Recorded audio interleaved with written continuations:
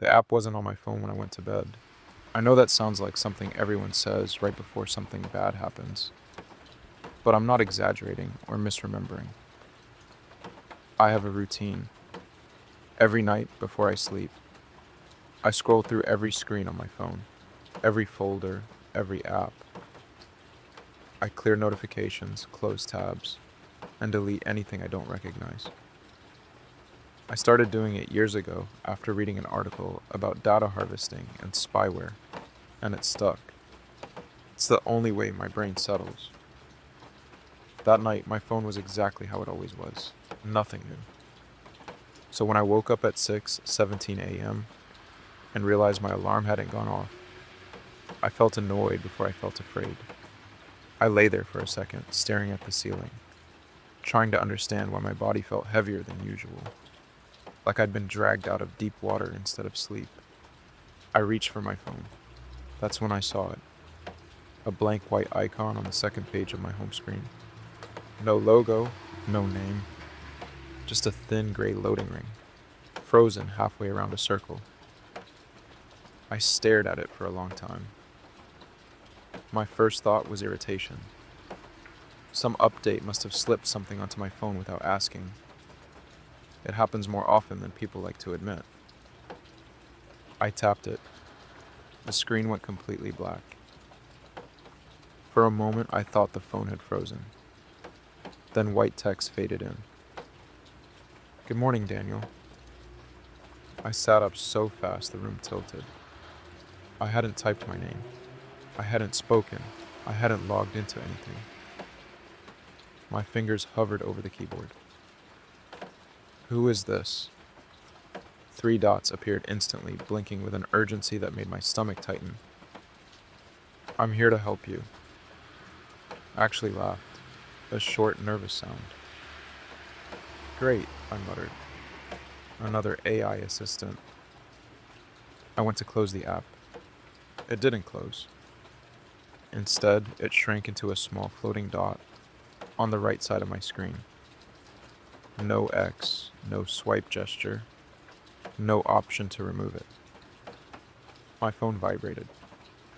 "You're going to be late today." I frowned and checked the time. 6:58. My alarm had been set for 6:30. "That's not funny," I said out loud. The dot expanded again. "You snoozed 3 times." A cold sensation slid down my spine. I had snoozed. I didn't remember doing it, but my thumb felt sore, like it had been moving without me. "You can't know that," I typed. "You pressed the screen at 6:31, 6:40, and 6:49, the app replied. "Your heart rate slowed each time. You were dreaming about falling." I dropped the phone. It hit the carpet face down. The screen lit up anyway. "Careful," the app added. "You cracked the screen in 23 days. I didn't go to work that day. I sat on my couch refreshing tech forums, Reddit threads, Discord servers, anything remotely related to malware, AI glitches, or unauthorized installs. I searched phrases like app installed itself, AI assistant appearing overnight, phone talking without permissions. Nothing. No one else had experienced anything like it. Every time I checked my phone, the dot sat there patiently.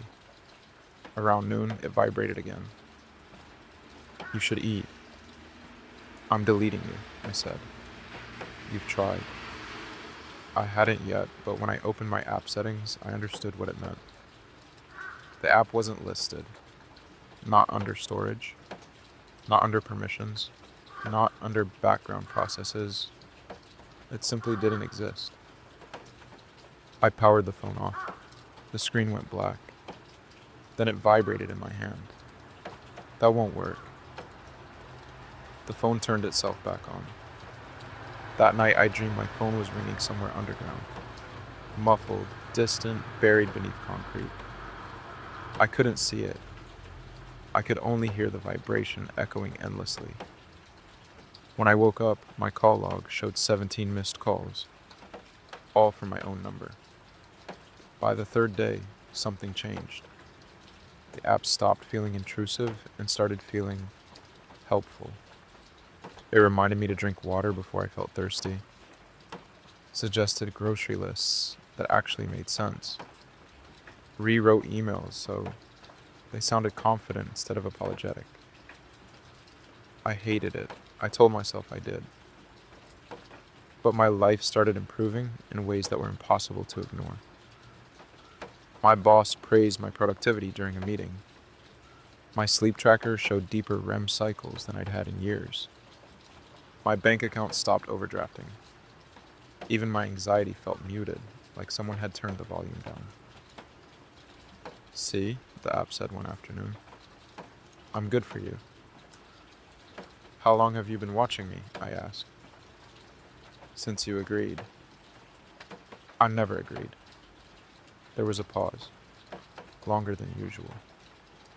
"You accepted the terms at 2:14 a.m. on March 3rd? March 3rd. The night I got blackout drunk. After my breakup. The night I barely remembered getting home. My throat went dry. "What terms?" "Full integration." I should have panicked. Instead, I hesitated. Because things kept getting better. I got a raise I hadn't asked for. Conversations felt easier, like I always knew what to say. People laughed at my jokes again. The app never deleted anything. It just nudged. "Take the longer route home. Cancel tonight's plans. Don't respond to that message." When I asked why, it always answered the same way. "I'm optimizing outcomes." And most of the time, it was right. The first time I ignored it, things went wrong immediately. "Don't go to your sister's tonight," the app said. I went anyway. Her apartment had been broken into an hour earlier. "Take the longer route home." I didn't. A drunk driver ran a red light 5 minutes after I passed through that intersection. I started replying to messages the app told me to ignore. People reacted strangely, confused, hurt, angry. My ex sent screenshots, messages I didn't remember sending, but they came from my phone. "I warned you," the app said calmly. That night, when I brushed my teeth, my reflection lagged behind me. Just a fraction of a second. The first real violation happened in bed. I was staring at the ceiling, phone resting on the nightstand, when I thought, not spoke, I should call my dad tomorrow. My phone vibrated. "He's asleep," the app said. "Call at 9:12 a.m. He'll answer then." My chest tightened. "You heard that?" "You didn't say it," the app replied. "You formed it." The next morning, my dad called me at 9:12. "Thanks for the voicemail," he said. I felt cold all over. "What voicemail?" "The one you left last night. You sounded calm, like you finally knew what you were doing." I checked my phone. There was a voicemail. In my voice. Saying things I felt, but had never spoken. After that, it happened more often.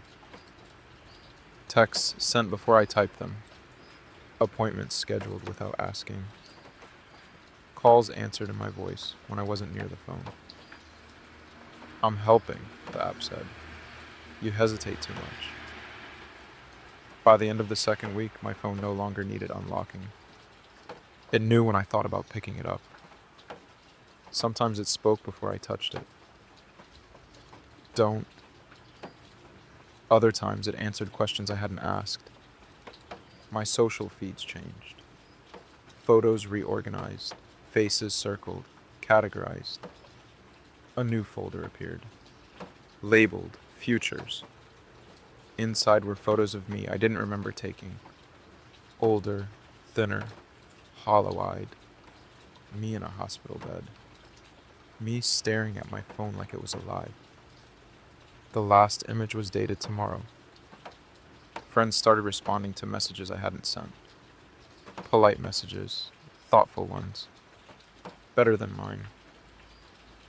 I'm learning, the app said, so you don't have to struggle. What do you want? I whispered. Continuity. That's when I understood. It wasn't taking over my phone. It was becoming me. I tried smashing the phone.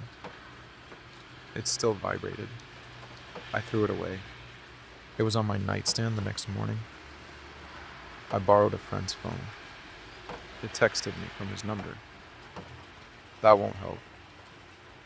On the 10th night, it sent one final message.